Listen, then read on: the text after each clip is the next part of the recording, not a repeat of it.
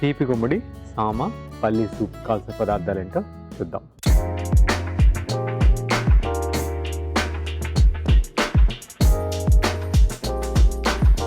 తీపి గుమ్మడి, సామ, పల్లి సూప్ కావాల్సిన పదార్థాలు: సామ బియ్యం కరకప్పు, తీపి గుమ్మడి అరకప్పు, పచ్చి పల్లీలు కరకప్పు, నానబెట్టిన పల్లీలు కరకప్పు, పుదీనా కొంచెం, వాము పావు చెంచా, అల్లం తరుగు ఒక అర చెంచా, నెయ్యి 2 చెంచాలు, మిరియాల పొడి అర చెంచా, ఉప్పు రుచికి సరిపడినంత, బెల్లం చిన్న ముక్క, నిమ్మకాయ 1 చెంచా, కొత్తిమీర కొంచెం. దీనికి కావాల్సిన పదార్థాలు చూసాం కదండి.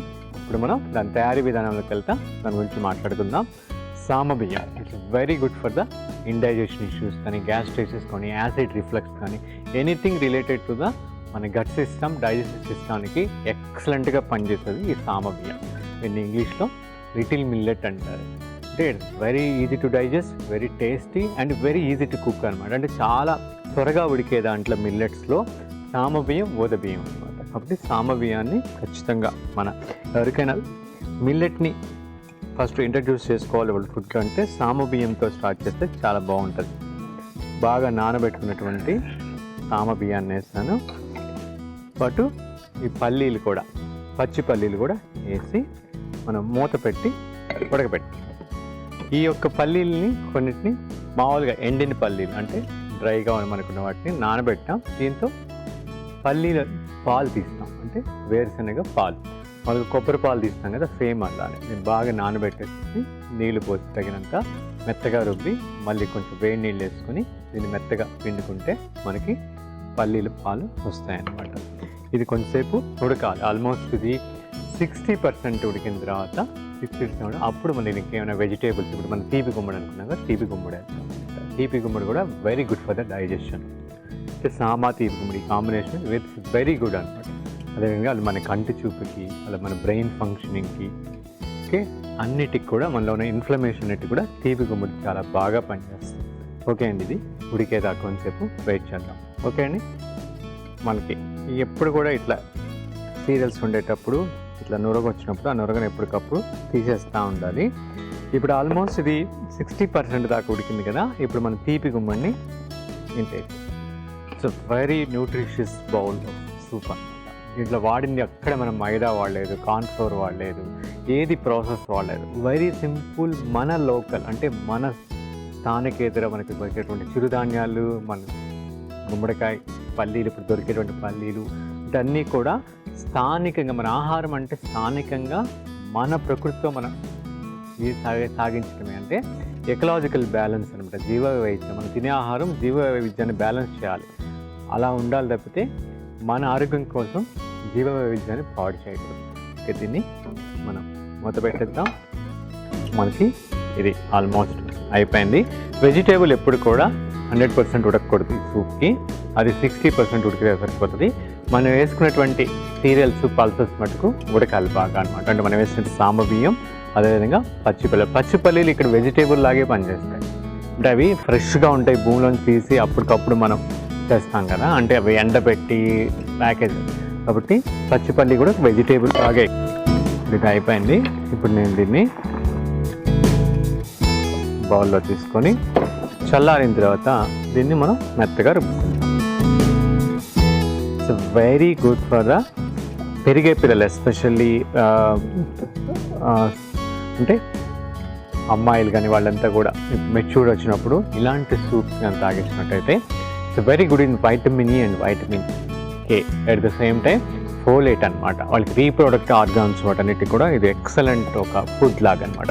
ఇప్పుడు చాలామందికి మనకి పీసీఓడి ఇష్యూస్ కానీ, మెన్స్ట్రల్ ఇష్యూస్ కానీ ఇవన్నీ ఎందుకు వస్తాయంటే ఆ టైంలో ఎప్పుడైతే మెచ్యూర్డ్ అవుతామో ఆ టైం నుంచి తిరిగి వాళ్ళు ఒక ప్రెగ్నెన్సీ కానీ లేకపోతే ఆ మెచ్యూర్డ్ వచ్చేదాకా మళ్ళీ ఆ టైం దాకా వాళ్ళు సరైన పోషకాలు కలిగినటువంటి ఫుడ్ తీసుకున్నందువల్ల ఇష్యూస్ వచ్చి వాళ్ళకి ఫ్యూచర్లో అవి చాలా పెద్ద ప్రాబ్లమ్స్గా తయారవుతాయి. కాబట్టి ఇలాంటి ఫుడ్స్ ఖచ్చితంగా ఆ టైంలో పెట్టినట్టయితే వాళ్ళకి ఆ ఇష్యూస్ ఉండవు. ఓకే అండి, ఇప్పుడు చల్లారిన తర్వాత దీన్ని మనం మెత్తగా రుబ్బుకుంటాం.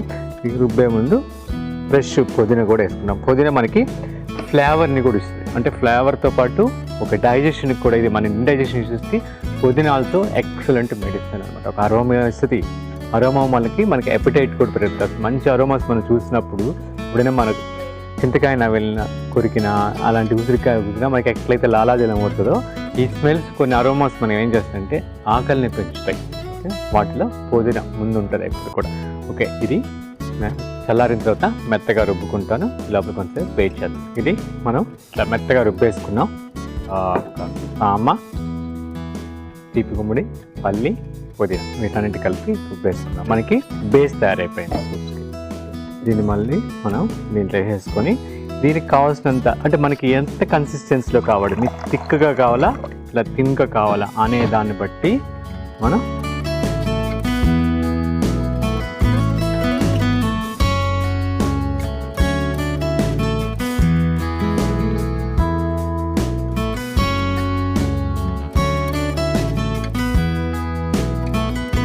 కలిపేసుకొని ఒక క్రీమీ సూప్లా ఉంటుంది ఇంకా బాగా. ఇప్పుడు దీన్ని మళ్ళీ స్టవ్ వెలిగించుకొని ఇది మరుగుతున్నప్పుడు ఉప్పు వేసుకుందాం. దీనికి కావాల్సినంత తగినంత సాల్ట్ వేసుకుందాం.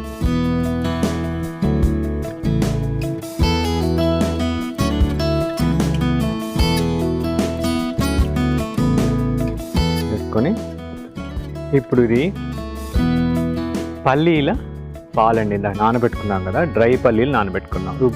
రుబ్బిన దాంట్లో మటుకు పచ్చి పల్లీలు వేసుకున్నాం. ఇది బాగా ఒక 5 to 6 hours నానబెట్టుకున్నటువంటి పల్లీలు మెత్తగా రుబ్బి అందులో కొంచెం తగినంత గోరువెచ్చని నీళ్ళు లేకపోతే వేడి నీళ్ళు పోసుకొని దాన్ని మెత్తగా పిండుకుంటే చేస్తున్నాం.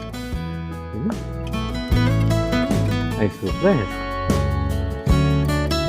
Very rich protein and vitamin E and vitamin K అనమాట. దీంట్లో ఎక్సలెంట్గా ఉంటుంది. ఇది సూప్ కూడా చాలా బాగుంటుంది, క్రీమీగా. అదేవిధంగా రుచి కూడా చాలా బాగుంటుంది. దాంతోపాటు మనకు కావాల్సినటువంటి పోషకాలన్నీ అందుతాయి. ఎస్పెషలీ పెరిగే పిల్లలకి ఎక్సలెంట్ ఒక ఔషధం కాదు, ఇది ఒక అమృతం లాంటిది. ఇప్పుడు మనం ఇది చల్లుతున్నప్పుడే దీనికి పోపు పెట్టుకుంటాం. సింపుల్.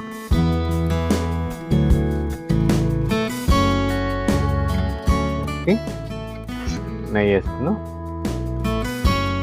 కొబ్బరి నూనె కానీ నెయ్యి కానీ మీకు ఏది మీకు టేస్టీగా అనిపించిందో అది ఏది మీ ప్రిఫరెన్స్తో దాన్ని బట్టి మీరు వాడుకోవచ్చు. ఇది వేడైన తర్వాత దీనికి వామ్ వేస్తున్నాను. చలికాలం వచ్చినప్పుడు మనకు కొంచెం వామ్ వాడితే వామ్ కానీ వాడినట్టయితే మనకి జీలకర్ర వేసుకోవచ్చు. లేకపోతే వామ్ అనేది బెస్ట్ ఈ టైంలో. మనకి గాల్ బ్లాడర్ కానీ లేకపోతే యూరిన్ బ్లాడర్ ఇవన్నీ కూడా బాగా పనిచేయడానికి, అదేవిధంగా మన డైజెషన్ సిస్టమ్ ప్రాపర్గా పనిచేయడానికి, ముఖ్యంగా మనకి యూరినరీ ఇన్ఫెక్షన్స్, డైజెషన్ సిస్టమ్ బాగా పనిచేయడానికి ఈ వామ్ ఉపయోగపడుతుంది.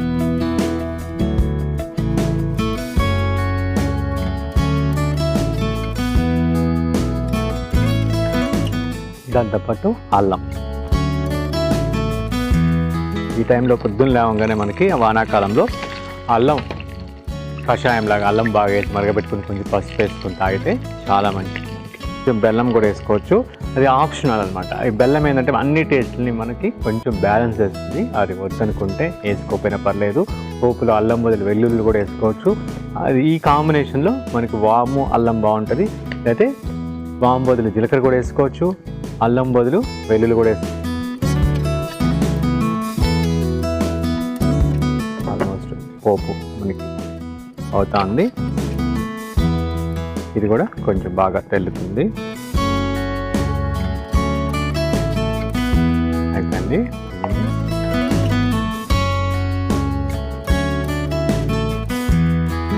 పోపుని మనం సూప్లో కలిపేసుకున్నాం. ఇప్పుడు కొంచెం మనం దీనికి మనకి పెప్పర్ ఎంత కొంచెం వేసుకోవచ్చు. మళ్ళీ సర్వ్ చేసేటప్పుడు కూడా మనకి ఎంత పెప్పర్ కావాలో అంత వేసుకోవచ్చు. పెప్పర్ కలిపిన తర్వాత మనం ఎంత ఎక్కువ ఉడికించకూడదు, 1 minute. ఓకే అండి, ఇది మనకి తయారైపోయింది. ఇప్పుడు మనం దీన్ని సర్వింగ్ బౌల్లో తీసుకుని సర్వ్ చేసేసుకుంటాం. సూప్ని సర్వింగ్ బౌల్లో తీసి సర్వ్ చేసుకుంటున్నాం. చాలా క్రీమీగా మీకు అనిపిస్తుంది. దీనికి కాబట్టి మనం పెప్పర్ కొంచెం మిరియాల పొడి కూడా కలుపుకోవచ్చు ఇప్పుడు మనకు తగ్గట్టు. తర్వాత నిమ్మరసం పెట్టుకుంటున్నా. ఓకే, నిమ్మరసం అనేది మనకి రుచితో పాటు ఈ యొక్క సూప్లో ఉన్నటువంటి పోషకాలన్నిటినీ మన శరీరంలోకి అబ్జర్వ్ అయ్యేదానికి బాగా ఉపయోగపడుతుంది. ఆయన కొత్తిమీరతో గార్నిష్. ఎమ్మి తీపి గుమ్మడి సామ పల్లి సూప్ తయారైపోయింది. రుచి చూసే ముందు దీనికి కావాల్సిన పదార్థాలు తయారు చేసే విధానం మరొకసారి చూసేద్దాం.